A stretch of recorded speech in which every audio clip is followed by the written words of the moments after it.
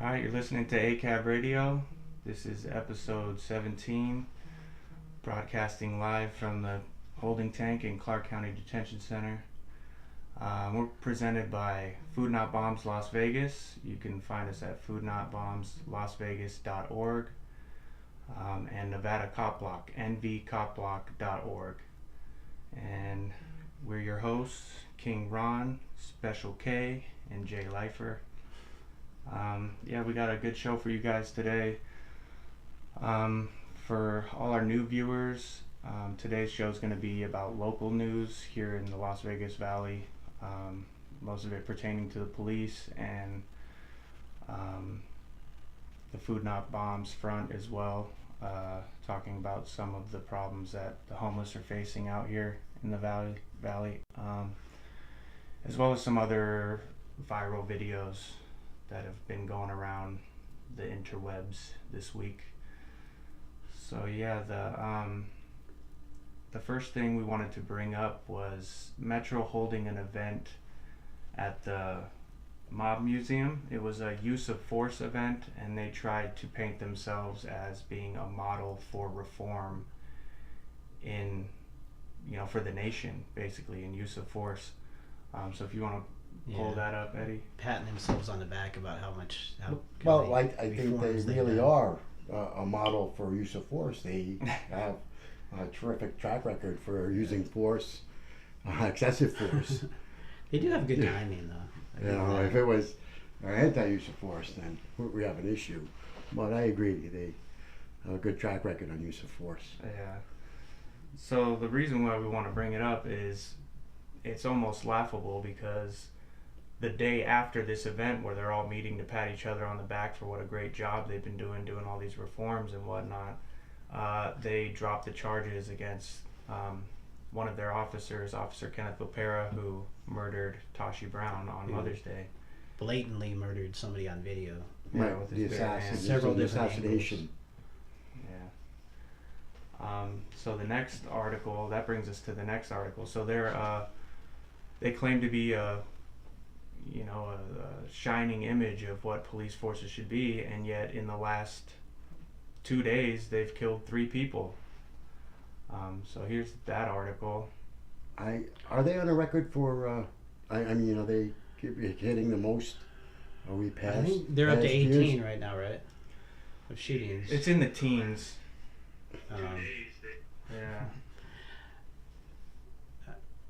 Yeah. So I think it's 18. I think they've been averaging 21 shootings a year, and we're 8 months in, so 3/4 of the way through, they're pretty close to their average already.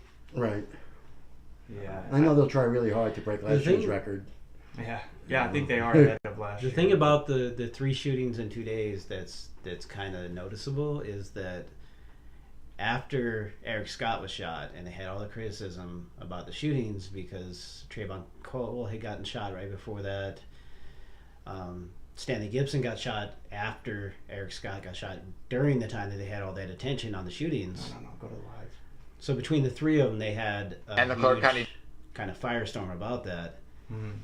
And the FBI came in and did one of those, fake investigations where they pretend like they're investigating the local police, and then they, give them they're doing better now, so we're leaving. Yeah. So as soon as they announced they left town, there was a string of shootings by the cops. I think it was like 4 or 5 within a 2-week period. And it's almost like, the pressure's off. Daddy's gone back to work, so we can do whatever we want now. Yeah. So. Yeah, this is definitely reminiscent of that. It's like they get their sound bite, and then they continue to do what they were doing. It's pretty crazy. But it's business as usual for Las Vegas Metro. Yeah. This is their history. This is what they do, and unfortunately they're good at it. They're good at murdering. Mm-hmm. And they're especially good at covering it up. They're a real model for covering up. Right. The use of force. There you go. Yeah. So we're still waiting to see the body cams from these 3 shootings, since they just happened, a couple days ago. It's like 2 days ago. So we can't really critique what they did, because all we have is to go off of is what they said happened as of right now. You know? And it's also one of those things where usually the official story changes, and Mm-hmm. it usually changes right about the time that the body cams come out. Yeah. For some weird reason. And if they're following protocol, they should be demonizing the victims at this point. Oh yeah, I'm They sure should they be will. releasing anything and everything, whether truth or fiction, Mm-hmm. about these people that they've shot. Mm-hmm. So as that information comes in, we'll keep you updated on that and try to get to the truth of the matter and what these victims, you know, who they really are and that they stood for. And so that's the thing, we don't know the details yet, so we can't really go through and like critique exactly what happened, but 2 of the 3 were suicide situations. Mm-hmm. And Metro and cops in general have a history of escalating situations, especially when it's somebody who's suicidal. They show up and they help the guy kill himself. Yeah, So somebody's having a mental health issue. They're supposed to deploy a crisis intervention team and go through these de-escalation techniques that, you know, they held at the mob museum until that was one of their main talking points. They brag about the CERT, you know, the CERT certification, the crisis intervention training constantly. Every officer that comes through is, you know, has gone through the course and they've all passed, and I think they they push get a raise this for narrative. doing it too. Yeah. Well, everything that they do, they get a bump. They get a bump up. In my experience, and all the time that we've been doing this, anytime there is any sort of mental health crisis, I mean, geez, we just talked about the lady who had the handle. Remember the broken handle? Oh, the shovel, yeah. Yeah, and how they responded to that. This is no different. The tactics remain the same constantly. There is no crisis intervention team. There's no crisis intervention training. Well, the problem is they kill them before the team can show up. But every officer is trained and certified in this, so every one of them should be able to de-escalate the situation. Yeah. They choose not to. Yeah, but It's yelling easier at to shoot than to deal. Right. Oh, yeah. And this is they people- also, that's yeah. part of the escalation of it, is you've already got somebody who's having an issue Yeah, probably one of the worst days of and their mentally life. unstable, and then you antagonize them, and that makes them act irrational. Yeah, I'm sorry I didn't bring the information, but in other cities, they have crisis intervention teams that do not belong to the police department. They're not state agencies. These are neighborhood agencies that the people call to intervene, to make sure the police don't show up. Because, I mean, what happens in Vegas also happens in other cities. The police show up and shoot first in these instances. So maybe for the next show, I'll do some research on what cities are having and how they implemented a citizens intervention team that they call instead of relying on the murderers that come through. We could use one out here, that's for sure. Absolutely. And that's also part of the Tashii Brown story, because he came up to the cops and asked for help, and they started treating him like he was a suspect. Yeah, let's play that news clip real quick. So that antagonized him and made him want to run away, which gave them, you know, their idea that they should chase him down and choke him to death. Yeah. And the Clark County District Attorney's Office apparently agrees with that assessment. It says it will drop charges against a former Metro officer who tased and choked a man outside the Venetian. Tashii Brown farmer died on May 14th of last year. Officer Kenneth Lopera retired from the force before the department could fire him for excessive force. Fox 5's Adam Herbets is live in studio to explain. Yeah, John, Christine, all of these decisions were made this past week because of a secret proceeding in front of the grand jury. Police recommended charges, the DA filed charges, and now everyone involved wants to know what changed, including the protesters who are outside City Hall today.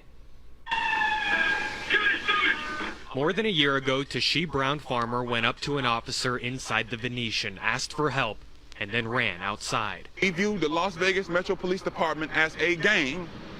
They shoot us down and get away with it. Officer Kenneth Lopera chased him, tased him, beat him, and put him in a rear naked choke. Police said if Tashii survived, he would have never been charged with a crime. There is no reason that you would think that if you put somebody in a chokehold for a minute and a half, that they are not going to die. There were no signs that we choked Tashii Farmer out. We can debate on whether he used excessive force. What is not debatable is that Officer Lopera did not kill the decedent. Drugs did. The Clark County coroner did find meth in his system, but the coroner also said Tashii died of asphyxiation and ruled it a homicide. That's why Lopera retired before he could be fired, and it's why the district attorney filed charges in the first place. We want District Attorney Steve Wolfson to publicly come out and comment on the non-indictment of Kenneth Lopera. And it might be because they have their hands in the pockets of Metro. I want the public to understand that I really had no choice. Because of the secrecy of grand jury hearings, the DA told Fox 5 he's not allowed to talk about what happened with his case. He only said circumstances changed and he plans to hold a public fact-finding review so we can see the evidence. I want our community to learn everything about this case. The best answer would be for the officer to explain what he was doing. Retired Homicide Lieutenant Dan McGrath says he hopes Lopera publicly shares his side of the story, since the officer never gave a statement to police. I don't know Officer Lopera or the supervisor, but it would appear that more could have been done when the other officers were on scene too. Something could have been. According to Metro's policy, officers can only use a taser a maximum of 3 times for a total of 15 seconds. Lopera tased Tashii 7 times. Also, the rear naked choke used on Tashii that night is not taught or approved by the department. The DA told us when there is a public fact-finding review hearing, it will be televised, and he hopes it will be within the next 30 to 60 days. We shall see. So part of there's a few things about that, and one thing is when you have David Rodger on there, who used to be the DA and used to use that position to protect the police by not charging them with crimes. And like then, Steve Wolfson is doing now. Yeah, and then resigned to become the official lawyer for the police union. Yeah. Wow. So now he's officially protecting the police, and that's how Wolfson got into office originally, because he was appointed to replace him. So the thing is, first of all, he says we. So it's not even like he's not talking about somebody else. He's collectively saying we didn't do this. You know, we didn't. There's no evidence that we choked him out. But there's a video of him being choked out, and there's a video of Kenneth Lopera asking if he's out before he releases him. So obviously, not only did they do that, but the intention was to do that. Yeah. And the other thing is, you know, one of the things they try to hide all the time is how secretive the grand juries are, because that's what they use them for, is to exonerate police. And Wolfson's full of shit when he says there's nothing we could do, because he's the one that took it to the grand jury, so he could have not done that in the first place. They already filed charges against him. There's no reason they had to go to before a grand jury. The only reason it went before a grand jury so they could was to let Lopera off. Exactly. And another thing is they constantly say that Lopera was fired. And he wasn't fired. They allowed him to retire, which means he got his paid time off. He keeps his pension. He's probably going to go to another police department and get eligible for rehire, which is what they do. That's if Metro doesn't rehire him. Who knows? With back pay. Yeah, well, that's the thing is I wouldn't be surprised if he comes back and files an appeal against being, or an appeal to get his job back. All right, how about this? Not only does he get his job back, he gets a promotion, because we have seen that before. So that may... Yeah, and that's they what also... happened with McMahill, Right, so let's see if they follow suit and they keep this rolling. Yeah. And Jesus Arevalo, who's the guy who murdered Stanley Gibson, you know, they still say that he was the first cop ever fired in the history of the police department, of Metropolitan Police Department. Right. And that in itself is ridiculous, but he didn't get fired. He got put on disability, and he's collecting $30,000 a year. Yeah. On top of whatever he's unlike Social Security, where you have to be in a position where you can't work anymore.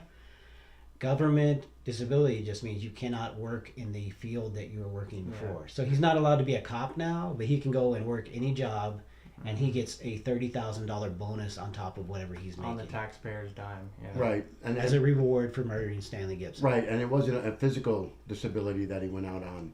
Yeah, he's stressed out because people accused him of murdering Stanley Gibson, which is what he did. Right. So people are pointing out the fact that he murdered Stanley Gibson, and that stressed him out, so he can't be a cop anymore. So I think Trayshawn brought up an important point in their People's press conference. He said, you can't choke somebody out for almost 2 minutes and not expect them to die. You know, David Rodger can get up there and spit his nonsense, but we see right through it. We know drugs didn't kill him. Even the coroner ruled it a homicide, right? He died from asphyxiation. Drugs had nothing to do with it. He was choked to death on camera. Right. Yeah, it wasn't just a coincidence that he suffered a drug right. reaction at the same time that he was choking him. Yeah. Right. Now, even if there was drugs in his system, right? If you go and somebody, say, has a heart condition, a pre-existing heart condition, and I go in there and I cause their death through an illegal, action, I'm still responsible. Yeah. Like, even if you have That's a like pacemaker. your lawyer saying, yeah, well, his pacemaker failed when I choked him out or something. Yeah. Right. Or if I go in, and they usually do it in like robbery situations where, somebody will have a pacemaker and the person will die of a heart attack. Yeah. It's called felony murder. Right. And it's, if you are committing a crime and you cause the death of somebody, even if you didn't directly kill them, you can be charged with murder. Exactly. There was another case where one person, there was some kids together, and they went into a home, and the homeowner fired a gun and killed one of the kids that were in the house. The other kids were charged with that murder because... And they've also used that when cops shoot bystanders. They charge the person they were shooting at. Right. So it's a lot of nonsense, the shit that they're talking about. It's ridiculous. The other thing about grand juries is, there's the old saying that any prosecutor worth his salt can indict a ham sandwich. And the thing about the grand jury, and one of the things they use grand juries for, is they go after dissenters and they go after activists. And the reason they do that is because there's such a low bar to indict someone. Because all it is to bring it to trial. Right, they can easily it's not to get a conviction. Indict activists and put all kinds of legal ramifications against them that makes it so they don't want to be involved anymore because they've got all these legal bills and they've been in jail because a lot of people don't refuse to speak and they hold them in contempt and actually put them in jail because of that. So the thing is, it's the exact opposite with cops. Yeah. But the reason that it's so easy to get an indictment normally on a grand jury is because legally, if you look up the specifications of a grand jury, you're not allowed to mount a defense. Because the only reason this isn't a legal trial, it isn't a basis of guilt, it's only to establish whether there's probable cause to charge you with a crime. So but you're not allowed. That, didn't they? Well, that's for Lopera. When they indicted him originally, when the DA filed charges, they did. But the thing is, so you're not. Well, yeah, okay, I know what you're saying. So they did put on a defense. They did, and they brought in a witness. I was told. So the thing is, David Rodger, during his statement, he had that press conference, the longer press conference that they had. He states, we sent expert witnesses to the grand jury. So they mounted a defense for Kenneth Lopera. Which they're not even supposed to do. Which they're not allowed to do. Yeah. Legally. Well, badges aren't supposed to grant extra rights, but unfortunately, it seems if you're a cop, the rules don't apply. You get special considerations that the rest of us that's the reason that aren't afforded. So it's almost impossible to indict a cop with a grand jury because they cheat. It's secretive. So the DA does a really shitty job, and they call in witnesses that will actually justify what the cops did. Yeah. And because it's secretive, they know they can do that without being criticized because nobody knows what's going on. They sit up there and say, "Well, legally, I can't say it because right, you could be held accountable." Which is exactly what Wolfson said. Yeah. And then they turn around and they say, well, we tried, we did our best, the jury just wouldn't accept it, there just wasn't enough evidence. No, if you did your best, you wouldn't have bothered with the grand jury, you would have let it go to trial and let, a trial of his peers decide whether he was guilty or not, which they didn't do. They purposefully threw the case. And I don't know if they think it's going to go away, but this is not going to go away. No. We're doing our part to make sure that the people know about it. There's other groups out there who are going to we're not going to forget. Yeah. And there will be, we're going to demand answers, and we're going to require you to give us answers. Yeah, we're going to demand, and you won't be able to stand against the people. Well, and one of the questions you get all the time is like, why do you doubt anything the cops do, or why do you question everything the cops do? And that's the reason, because the cops don't question anything that they do. They don't investigate anything. So we have to investigate everything.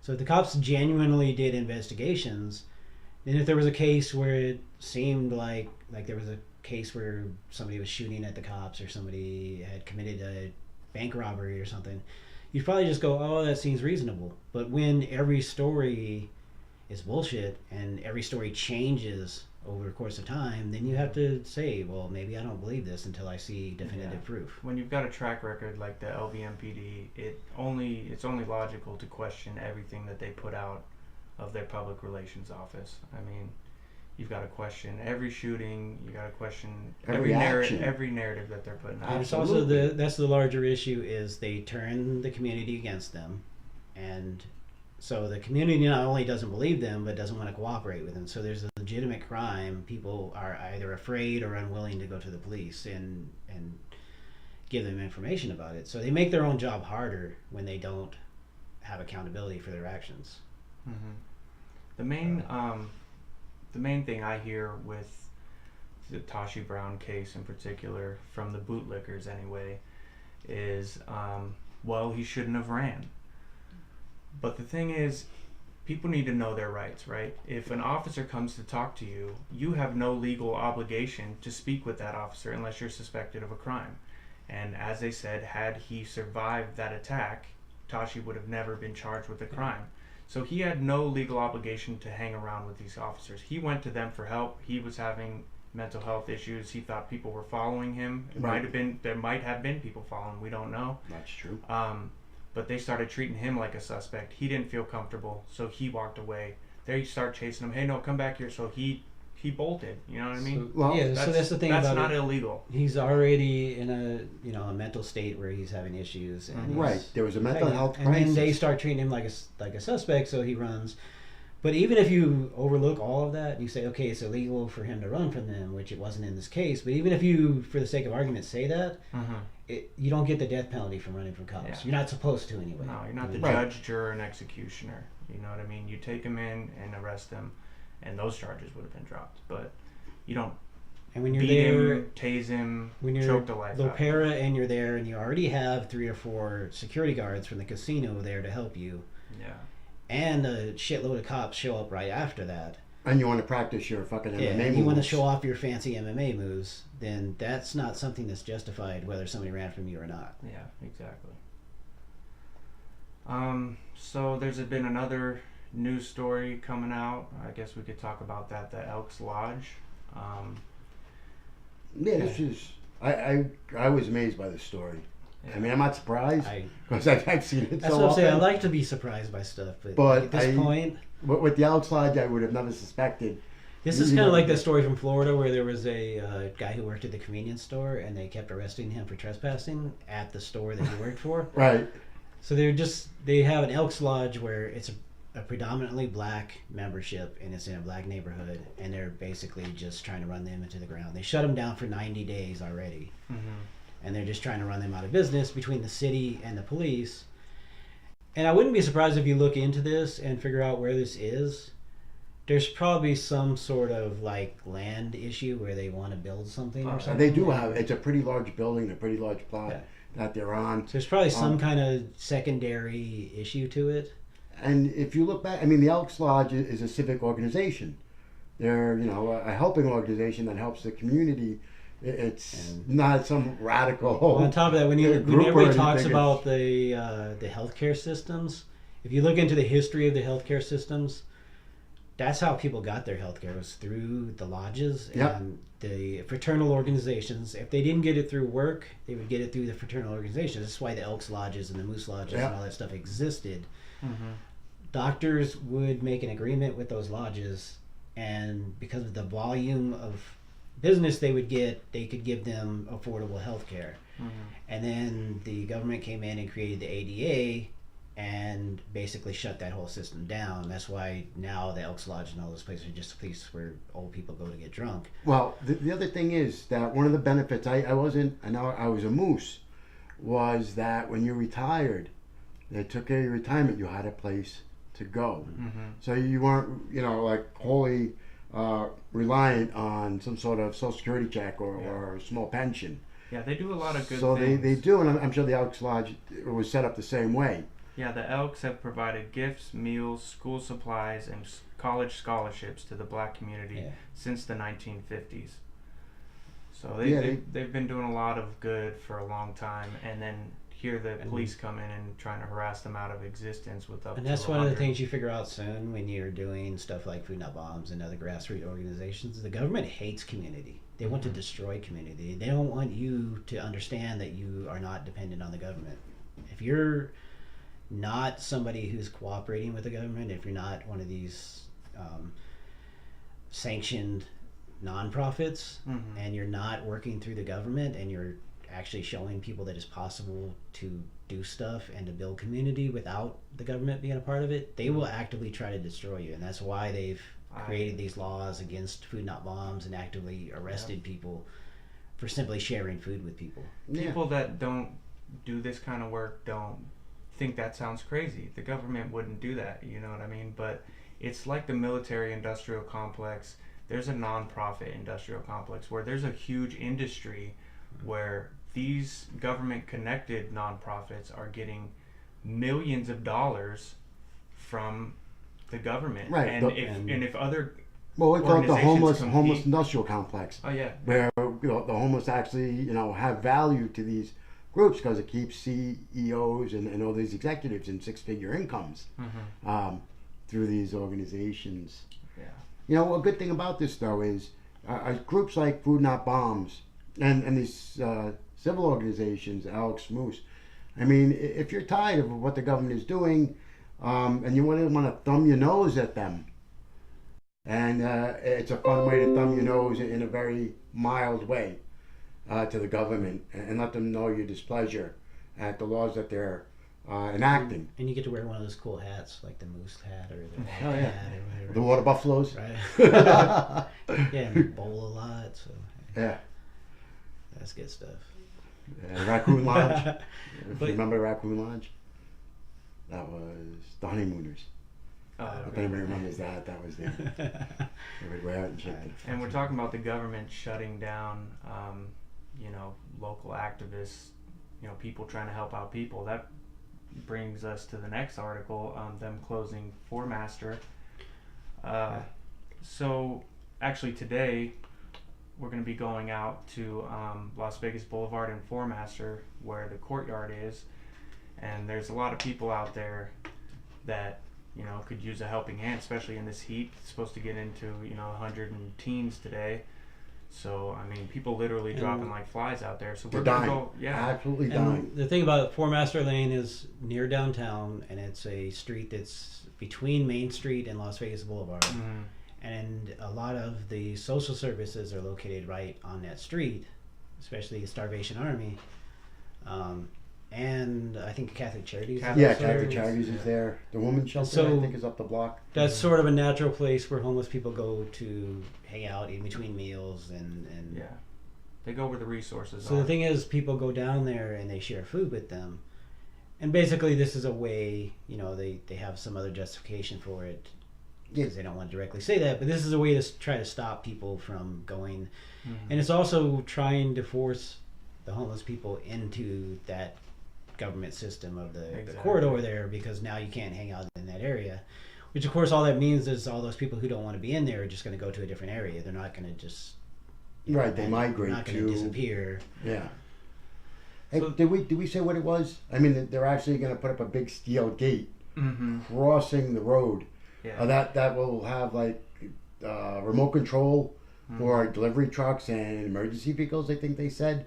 That's going to close off a street. I mean, streets that and it's going to be manned by security, which means there will be people out there hassling everybody that's out there. So it's essentially turning a public road into a private road for the courtyard and for Catholic Charities. So if any activists want to go out and try to do some good out there, we'll no longer have access to that road. No driver will. I mean, if you use that road to cut through. Well, the thing is, they say it's for pedestrian safety. That's why they're doing it, right? But nobody uses that road except for people like us going out there to bring food or drinks or snacks, or Catholic Charities coming with a shipment, or somebody dropping something off at the courtyard. Like, there is not a lot of traffic on that street. Nobody goes on that street. So that's just their scapegoat is saying that we're doing this for your own protection. That's why we're gonna put a fence up and lock you in and deprive you of getting any help from other people. Yeah, or lock you out. Yeah. Yeah, those gates work both ways. Yeah, it's crazy, man. Yeah. There's been a lot of other stuff going viral this week. I don't have the clip for you, but we can post it on our page. But there was I don't know if you guys saw that cop that was like on his phone texting. There was a guy on his bike. Oh yeah, and then yeah. What the hell did he say? Because the guy's like, "What the hell? You were on your phone talking." He was like, "I wasn't. I was texting or something." No, it was the other way around. Yeah. He said, "I was on my phone, but I wasn't texting." Yeah, I was on my phone, but I wasn't. That makes it better. Oh, I feel so much better knowing that now. Bike. Good thing the guy had a camera on. Did you see the friggin' bike? It was like fucking twisted as shit, man. Somehow he didn't get injured, but the bike is ruined. Yeah. And some of those bikes are like $5,000 bikes. I mean, some of these people, I do a lot of bike rides, and some of the people, like I have a bike that's like an $1,100 bike, and that's cheap in that, like, among that crowd. Like that's the low end of like road bikes. There are people that have like $5,000, like they spend more on a bike than they would on a car. And they have like automatic shifters for their gears and all this shit. So yeah, who knows? All I know is he's getting a check for sure. Plus, on top of that, I'm sure that cop, if he saw somebody texting while he was texting, he would stop them. Right. Write a ticket. Yeah. It's the same thing when they get caught drunk driving. They'll stop. And they always try to justify, like, oh, he was busy, but he obviously wasn't. And the thing is, like, even if they're not texting, they still have their computer in their car and all that stuff, and they're constantly distracted, and they drive at a high rate of speed. Rarely do they follow traffic laws, which if they're not on a call, they're supposed to. Right, and you could actually justify them having the computer, but they could pull over and look and see, like if some call comes in, or they got to look something up, then they could pull over just like anybody else could. Yeah. Or are expected to. They expect us to do it, and like I said, they're expected to follow. And actually, the road. And they give people tickets when they're stopped at lights and they look at their phone. So it's not even. I mean, that's pure revenue generation. It has nothing to do with actual safety. Road pirates. But it's just like you would think, for the very least, for appearances' sakes, they would not be hypocrites and be riding around doing that. Yeah. No, I've seen Metro on the freeway driving on their phone several times. So here we go once again. Badges don't grant extra rights. Yeah. You don't get to break the fucking rules. When they're inconvenient for you because you're a pig. That's not the way it works, folks. Yeah. The other one I wanted to bring up, well, two actually. In California, there were 2 hostage situations in the same month. Might have been the same week. I can't remember, but it was just last month. 2 hostage situations where the police killed the suspect and the hostage. One was a manager at Trader Joe's. The guy ran into the Trader Joe's and she caught a stray bullet from the cop. And the other one... Well, when I read that, I kind of knew immediately that the cops did it, because they were implying that he did it, but not specifically saying that. So you knew they were kind of beating around the bush enough that you knew. And then the story changes. So the thing about that is... Well, they hung the guy first and claimed that he did it. Yeah, well, but the thing about that is, they say, well, she was in the store. Like, the original story, she was in the store with him the whole time. When he pulled up in front of that store, what was it, a Home Depot? Trader Joe's. Okay. So he pulled up in front of the store and crashed his car, and they started shooting at him, and she was like taking the garbage out or something. She was in behind him. So it wasn't even like she was in the store and they randomly shot into the store. They just didn't give a fuck about who was around as they're shooting at him. Yeah, they just unloaded. That poor family, yeah. So killed her. The other one was an elderly woman in California, and the guy had a knife and there's a mental health crisis. As a human shield, basically, because the cops were coming after him. Having a mental health crisis breakdown, and they just unloaded bullets. And that's just ridiculous. That video. It was crazy. Because, so he grabs her and he has the knife around her throat, but then they just unload and shoot both of them. Yeah, right. They took both of them. Worst case scenario, if they back off and don't do anything, he kills her.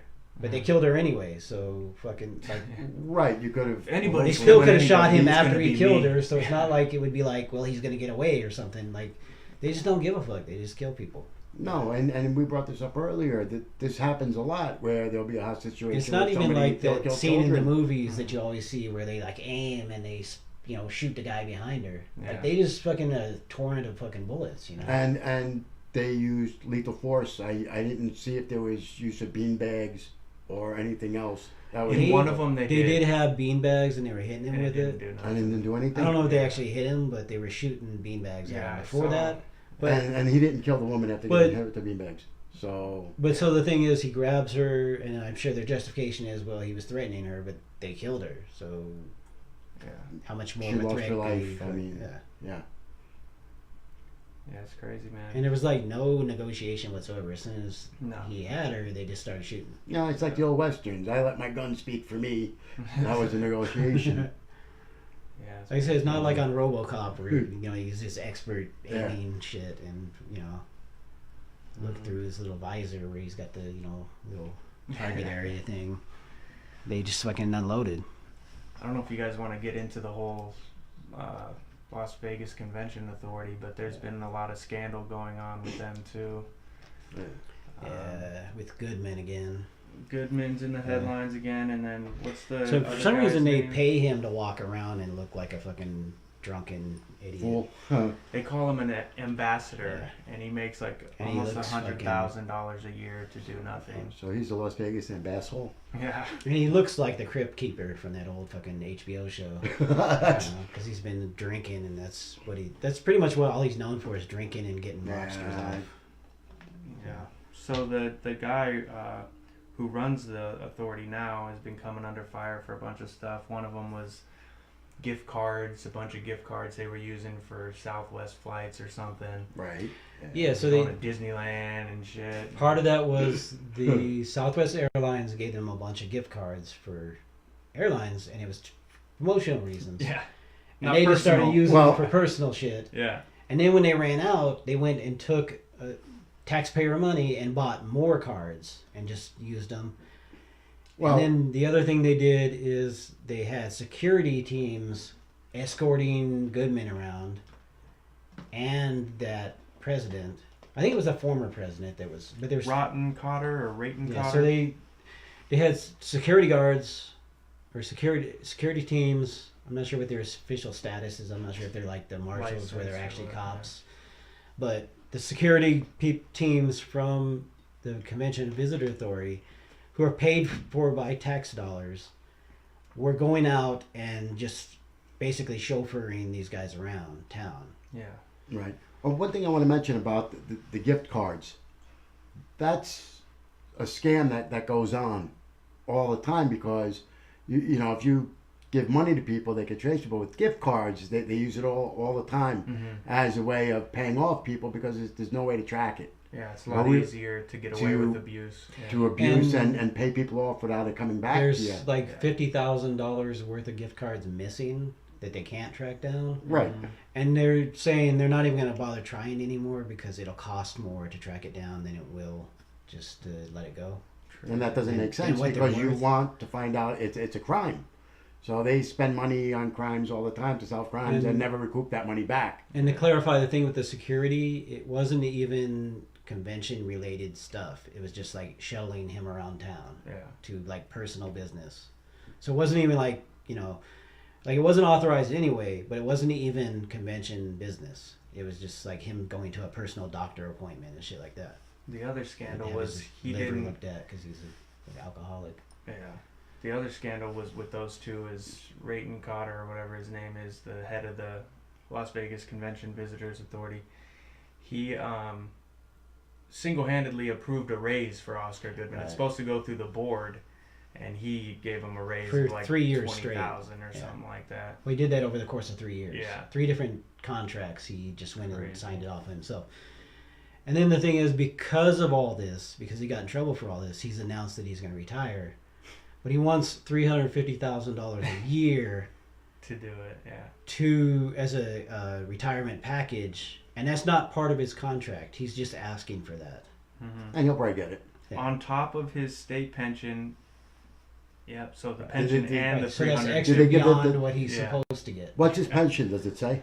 No, but it says 350 additional dollars. And I'm sure there's some security guards that'll shell him around town too while he's retired. It's good to be. And he's retiring because he defrauded the taxpayers. Yeah, the people of Las Vegas. Hundreds of thousands of dollars.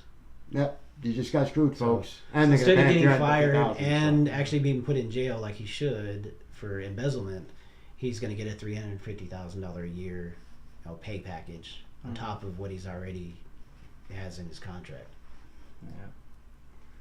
Crazy stuff. A lot of corruption out here in the valley.